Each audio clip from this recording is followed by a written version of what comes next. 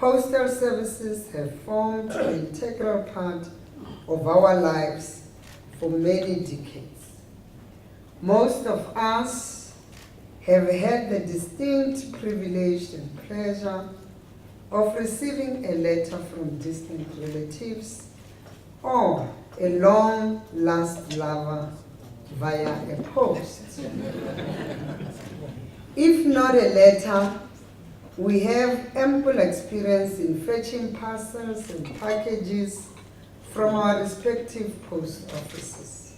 In essence, we come from a generation which has always had an intense relationship with the post office. The foundation of our relationship has been that of reliability and trust. We now live in an era which has added a new dimension to our relations with postal services.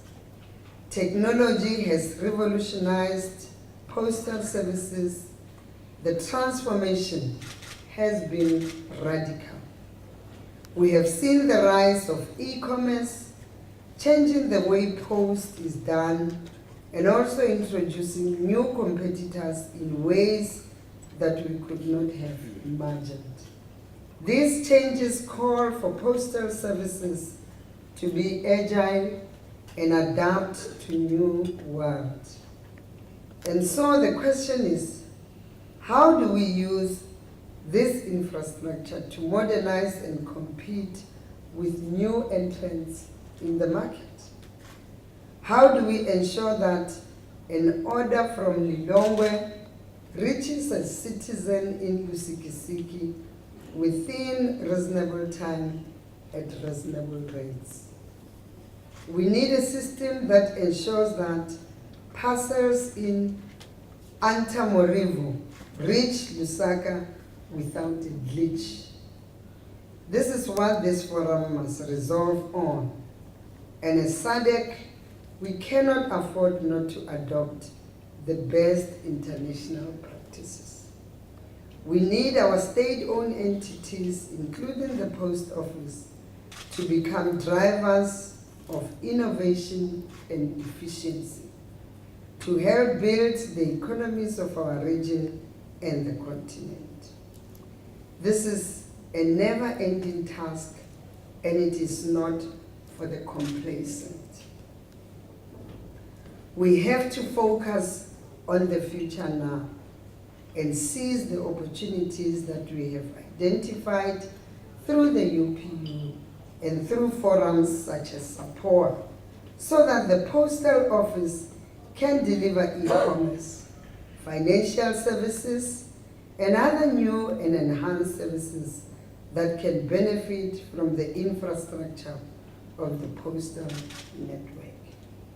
As nations at the most southern tip of this great continent, we have a responsibility to ensure that the postal operators in developing countries like ours can participate meaningfully in international postal business, and that the international postal system is viable in our countries. Let me for a moment pause here to acknowledge that the South African government has noted that SAPO has encountered several challenges in the past and the legacy thereof still present today, and it may have created discomfort for fellow operators across the region. Rest assured that the leadership of SAPO are working hard to take SAPO to new heights of efficiency and cooperation. I'm acutely aware that there is a critical debate in the UPU concerning the issue of remuneration. Some countries have argued that they cannot afford to deliver some of the mail they receive from overseas at the prevailing terminal dues rate. It is important that postal operators should be able to cover their costs. However, it is equally important that whatever outcome is agreed upon does not create a situation that will make the UPU postal operators uncompetitive in potentially profitable market segments. Our postal operators must ensure that they are competitive. The reality is that we are in a digital era and the post must adapt to digitalization as well as service-based competition from new entrants. As government, we will ensure that we make SAPO sustainable and competitive. As South Africa, we have supported SAPO to diversify its business, and as such, they are delivering financial services, social grants, school books, motor vehicle renewals, fishing licenses, public works payments program, and other municipal accounts. And I hope that this forum will identify other innovative ways which can help the post offices to make profit.